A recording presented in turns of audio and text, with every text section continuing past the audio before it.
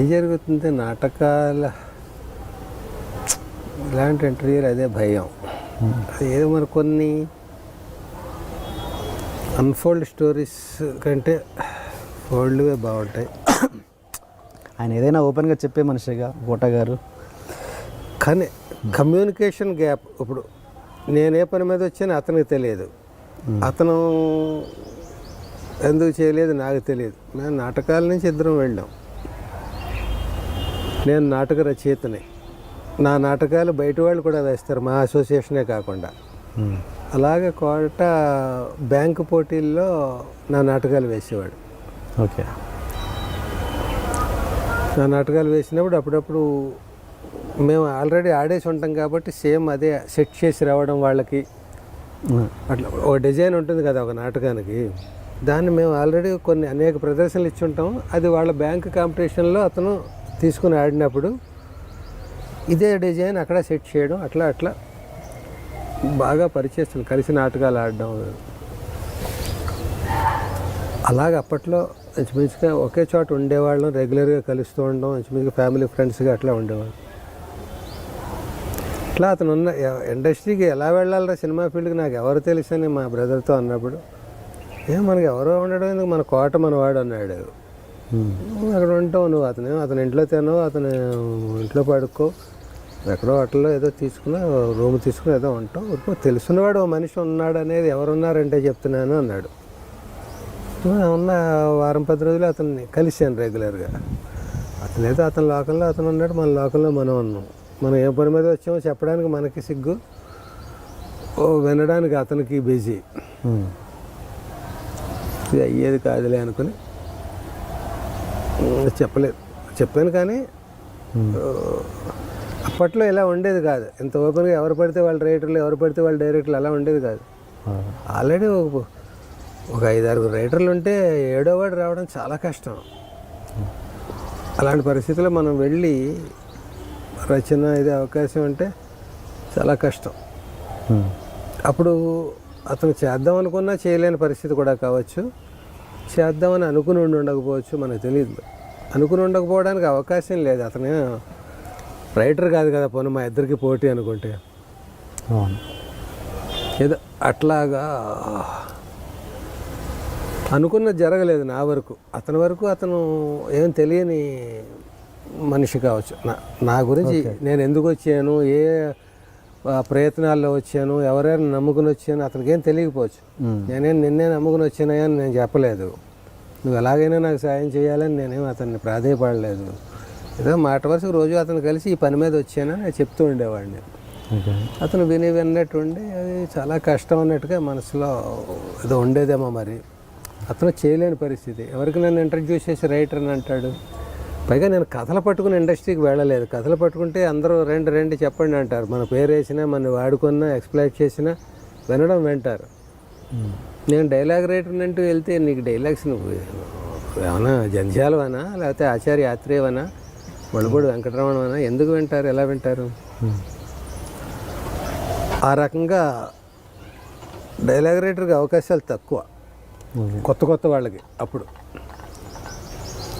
డైరెక్టర్లకు కూడా రామగోపాల్ వర్మ గారి పుణ్యం అని పట్ట తర్వాత వచ్చారు. కానీ ఒక అసోసియేట్, ఒక కో డైరెక్టర్ ఏళ్ల తరబడి చేస్తున్నవాడు డైరెక్టర్ అవ్వాలంటే చాలా కష్టం ఆ పీరియడ్లో. అవును. మా ఈవి గారు, కృష్ణారెడ్డి గారు, వీళ్ళ చాలామంది, 25 మంది కొత్త డైరెక్టర్లు వచ్చారు శివ తర్వాత. ఒక రకంగా అది మంచి పరిణామం కదా. ఆ ఫ్లోలో తర్వాత రైటర్స్, కొత్త డైరెక్టర్లు వచ్చినప్పుడు కొత్త రైటర్లు, అలా గేట్లు ఓపెన్ అయ్యాయి అందరికీ. అంతకుముందు చాలా ఇబ్బంది. అక్కడికి వెళ్తే నన్ను గోస్ట్ వర్క్ చేయమని చాలా మంది సజెస్ట్ చేశారు. నేను ఒక నాటక రచయితను అయ్యి ఉండి, నాకు ఒక ఇమేజ్ ఉండి, ఒక ఫ్యామిలీ ఉండి, ఒక ఏదో చెయ్యాలని ఒక ధ్యేయంతో వచ్చి నేను అలాగా చేయడం నాకు ఇష్టం ఉండేది కాదు. కానీ మరి నాకంటే పెద్ద వాళ్ళందరూ గోస్ట్ వర్కులు చేశారు. గోస్ట్ వర్క్ చేయడం తప్పు కాదు, అది ఒక శిష్యరికం లాంటిదే కదా గోస్ట్ వర్క్ అంటే.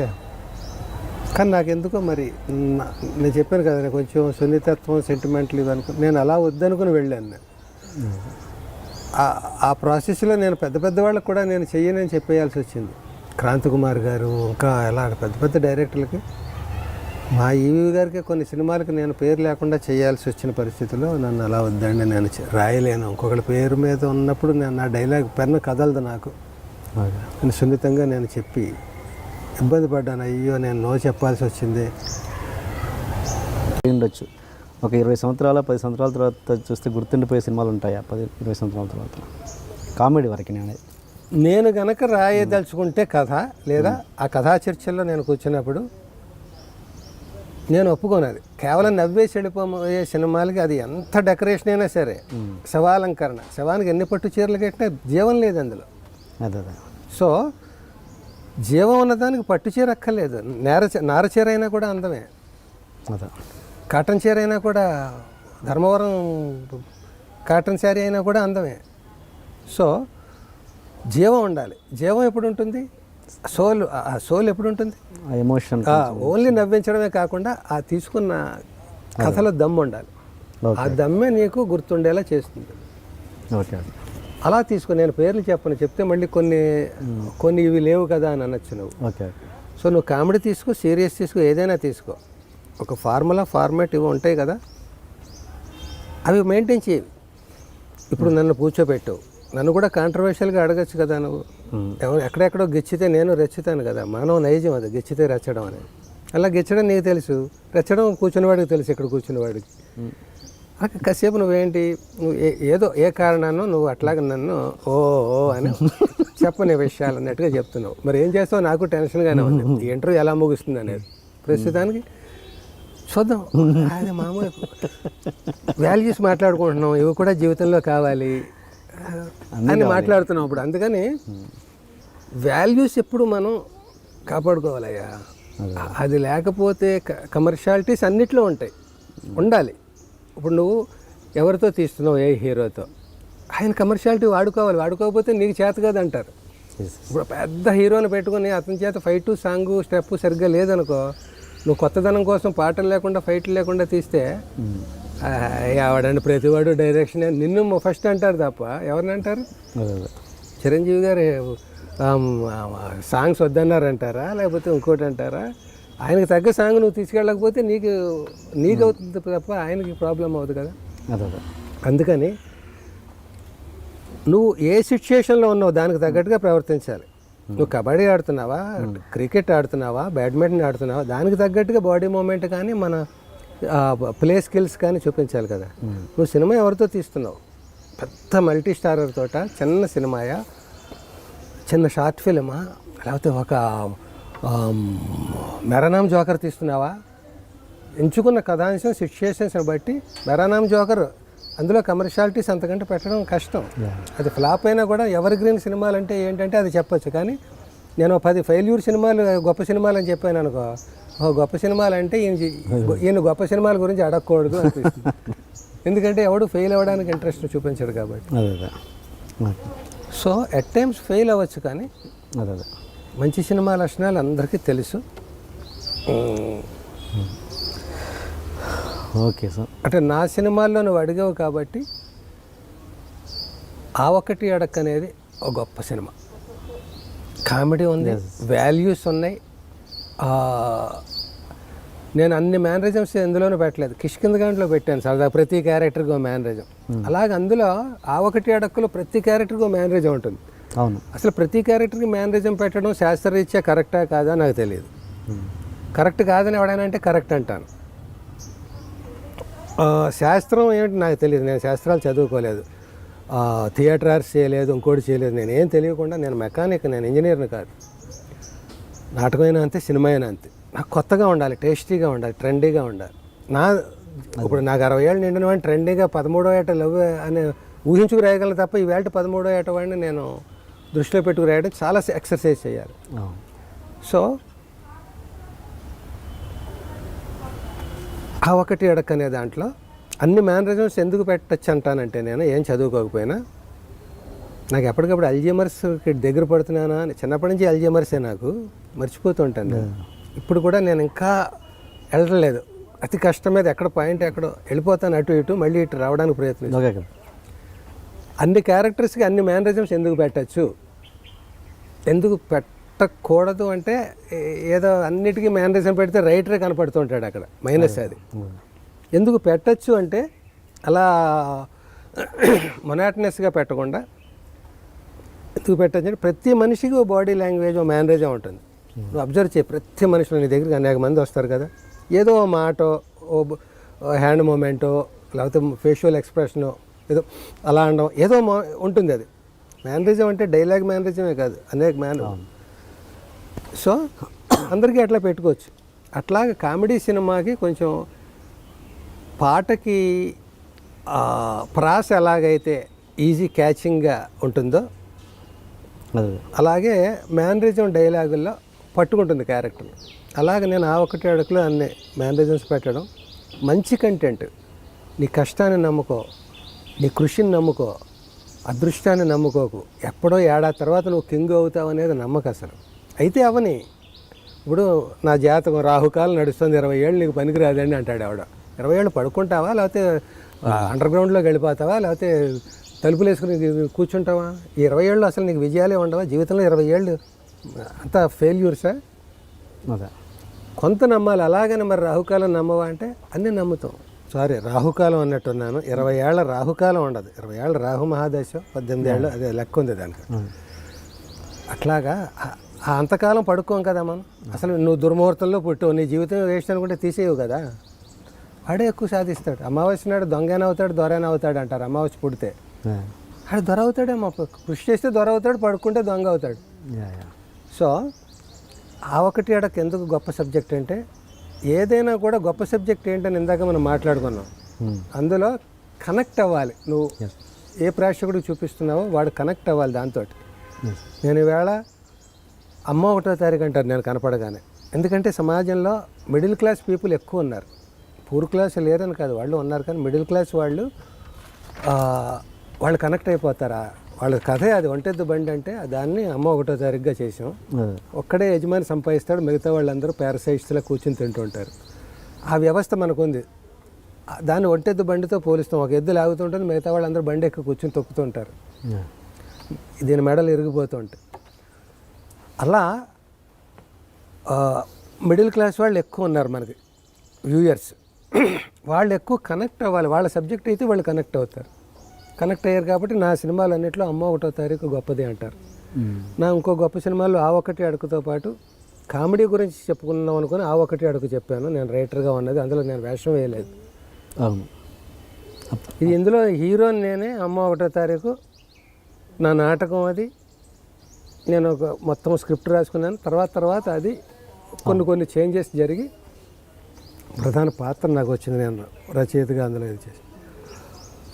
ఆ రకంగా ఈ రెండు చాలేమో నా గురించి చెప్పుకోవడానికి. 100 చెప్పుకోవడం కంటే ఆ ఒకటి అడక్కు, అమ్మ 1వ తారీఖు, కానీ హిట్లర్, హలో బ్రదర్, ఇవన్నీ గొప్ప గొప్ప సినిమాలు. అవన్నీ అంటే కొన్ని అప్పటి పరిస్థితులను బట్టి గొప్పవా, ఎప్పటికీ గొప్పవా అంటే నాకు ఇప్పుడు మరి హలో బ్రదర్, హిట్లర్ అవన్నీ ఇప్పటికీ రెఫరెన్స్ ఇస్తారంటే వాళ్ళు. ఆది అలాంటి సినిమా నేను యాక్ట్ చేసిన, అందు ఆ క్యారెక్టర్ని బట్టి నన్ను చెప్తారా? ఆది అనేది ఇప్పుడు సపోజ్ ఒక హీరో కలిసినప్పుడు ఆది టాపిక్ వచ్చింది అనుకో, ఒకలా చెప్తారు. డైరెక్టర్ దగ్గర ఆది టాపిక్ వస్తే ఒక టాపిక్ మాట్లాడతారు. నా దగ్గర ఆది అంటే ఆ క్యారెక్టర్, నా క్యారెక్టర్ గుడ్ మార్నింగ్ క్యారెక్టర్ గురించే మాట్లాడతారు. ఆది వేరే ఎవరి దగ్గర వచ్చినా గుడ్ మార్నింగ్ మాట్లాడరు, నా దగ్గర మాట్లాడినప్పుడు అది. అలాగ నా వరకు చూసుకుంటే నాకు ఆది, హనుమాన్ జంక్షను, సీమశాస్త్రి ఇలాంటివి చాలా మంచి సినిమాలు ఉన్నాయి నాకు పేరు తెచ్చినవి. మరి సినిమా టోటల్గా ఏది గొప్పది, నేను రాసినవి కానీ యాక్ట్ చేసినవి కానీ అనుకున్నప్పుడు ఇవన్నీ వస్తాయో రావో నాకు తెలియదు. ఆ ఒకటి అడక్కు, అమ్మ 1వ తారీఖు, సొంత ఊరు అని ఒకటి చేశాను. దాని వెనకాల చాలా పెయిన్, స్ట్రెయిన్, ఇంకా ఆర్థిక మానసిక ఒత్తిడులు చాలా ఉన్నాయి దాంట్లో. అవన్నీ తట్టుకుని అది ఎవర్ గ్రీన్ నా దృష్టిలో. నేను వేసాను కనుక కాదు. అవును, చాలా మంచి సినిమా. నేను డిగ్నిఫైడ్ క్యారెక్టర్లు వేశాను, డీగ్లామరైజ్డ్ వేశాను. డీగ్లామరైజ్డ్ అయినా కూడా వాడు ఒక ఫిలాసఫర్, వాడు అక్షరం చదువుకొని మహాజ్ఞాని, గోచిగుడ్డ లేని సంస్కారి. సంస్కారం అంటే ఏంటి, మంచి బట్ట అది వేసుకోవడం, అదేం లేకుండా గోచిగుడ్డతో ఉంటాడు. వేమనకి వాడికి తేడా గోచిగుడ్డే, అలా ఉంటాడు. అయినా కూడా వాడికి సంస్కారం, వాడికి అన్నీ తెలుసు. వాడు పెద్ద సోషలిజం గురించి మాట్లాడేవాడు వాడు. ఇప్పుడు నువ్వు కోటీశ్వరుడు పేదవాడు నీ దగ్గర ఉంటాయి, నా దగ్గర అందరినీ అడుక్కునేవాడు కాళ్ళ దగ్గర కోటీశ్వరుని పాతగలను, ఇంకొకటి దగ్గర వాడిని పాతగలను, నా రాజ్యంలో అందరూ సమానం అంటాడు. అలా అదొకటి గొప్ప క్యారెక్టర్. అది ఒక రీసెర్చ్ వర్క్. అది దాన్ని పోలికలతో ఇది హిందీలో వచ్చింది, ఇంగ్లీష్లో వచ్చింది అనడానికి తక్కువ. ఆ క్యారెక్టర్ ఉందేమో కానీ ఇంటోటో చూసుకుంటే సొంత ఊరు లాంటి సినిమాలు రెఫరెన్స్ నీకు ఎక్కువ దొరకవు. ఏదో ఏమంటారు, అది విక్రమ్ ఏదో చేసాడు ఒక సినిమా, నేను మనిషినే, అలాంటి శివపుత్రుడు అలాంటివి కొన్ని రెఫరెన్స్లు ఏదైనా క్యారెక్టర్ గురించి గెటప్ గురించి దొరుకుతాయేమో కానీ అదే ఒక గొప్ప ఫిలసాఫర్గా మాట్లాడుకుంటే ఆ క్యారెక్టర్ని అలాంటి రెఫరెన్స్లు ఎక్కువ దొరకవు. వాడు ఎవరిని కేర్ చేయడు, వాడిని చూసి అందరూ భయపడతారు. అదే క్యారెక్టర్. వాడు ఏం చదువుకోలేదు, అన్నీ మాట్లాడతాడు.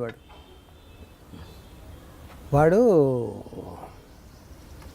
చూస్తుంటాడు అలా అలా అలా ఇంటింటికి వెళ్ళి, 80 ఏళ్ళు అయిపోయాడు, రేపో మాపో వస్తాడు మంది లెక్కేసుకుంటాడు. పక్కన మనవాడు ఉంటాడు.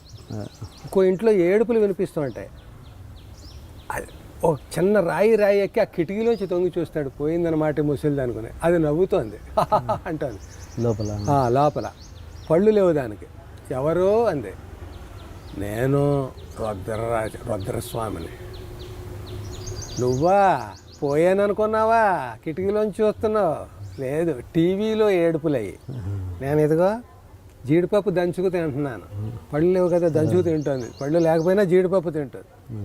తిను బాగా తిను అనేది కిందకి దిగి మనవడితో అంటాడు, ఇది నా ఖాతా కాదు, నీ ఖాతా. ఇంకో 27 డోకా లేదు దానికి. ఇలాగా ఒక చోట పందిని ఈడ్చుకెళ్తూ ఉంటాడు, చచ్చిన పందిని.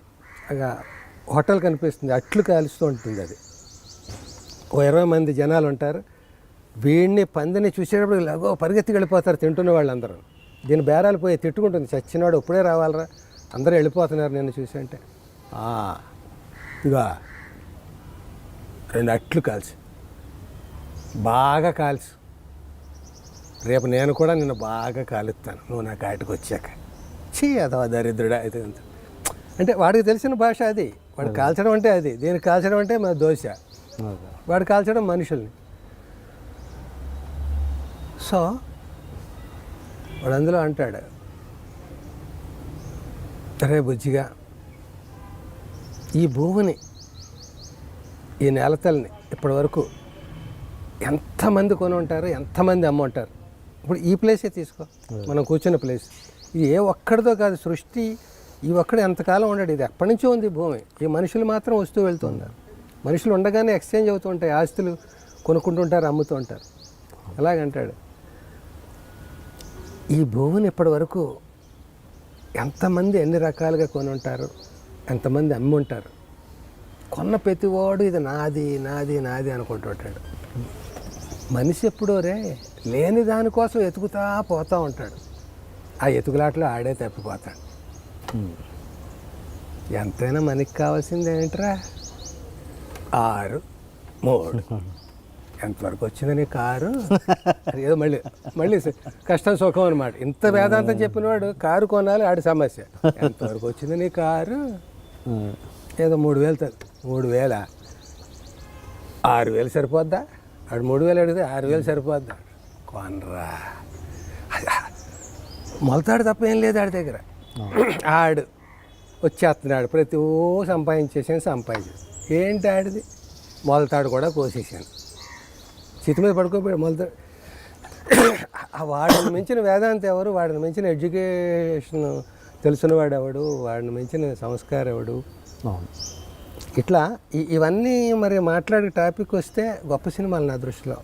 అవి ఎన్ని కోట్లు ఏ క్లబ్లో చేరాయంటే నేను చెప్పలేను. రూపాయి క్లబ్లో చేరాయేమో. కానీ ఆ సినిమా వరకు పెట్టిన దానికంటే ఎక్కువ వచ్చాయి. శాటిలైట్ అప్పట్లో మంచి విజృంభణగా ఉన్న రోజుల్లో అమ్మారు అది. ఇట్లా మంచి సినిమాలు, చెడ్డ సినిమాలు అంటే టైంని బట్టి మారుతూ ఉంటాయి, సిచ్యుయేషన్స్ని బట్టి మారుతూ ఉంటాయి. ఇంకా రకరకాల కాంబినేషన్స్ బట్టి మారుతూ ఉంటాయి. అయినా కూడా మారకుండా అలా ఉండేవి మంచిగా చెప్పుకోవచ్చు మనం. Yeah, yeah. అలా సినిమాల గురించి కాకుండా ఒక క్యారెక్టర్ గురించి చెప్పమంటే, సపోజ్ ఒక టాపిక్ తీసుకుందాం. ఒక పిసినారితనం అనేది ఒక క్యారెక్టర్గా ఉంటుంది. క్యారెక్టరైజేషన్. పిసినారితనం ఈవేళ కొత్తగా మనం కనిపెట్టామా? మనిషి పుట్టినప్పటి నుంచి పిసినారితనం దాచుకుంటూ ఉంటాడు, రేపు ఉండదేమో అని. చీమ కూడా 2 పంచదార పలుకులు అయితే ఇంకో చీమ కొట్టేయకుండా దాచుకుంటుంది. పిసినారితనమే, కొంచెం కొంచెమే తింటుందేమో. అదే. కానీ ఇప్పటికీ ఎవర్ గ్రీన్గా ఉంది అది. ఎందుకని? మన సినిమాల్లో అవును. రేలంగి వేస్తే ఒకలా పండుతుంది, కోట వేస్తే ఒకలా పండు, ఇంకొకటి వేస్తే ఇంకొకలా పండు. మనుషులు మారినప్పుడు క్యారెక్టరైజేషన్ మారి టాపిక్ అదే.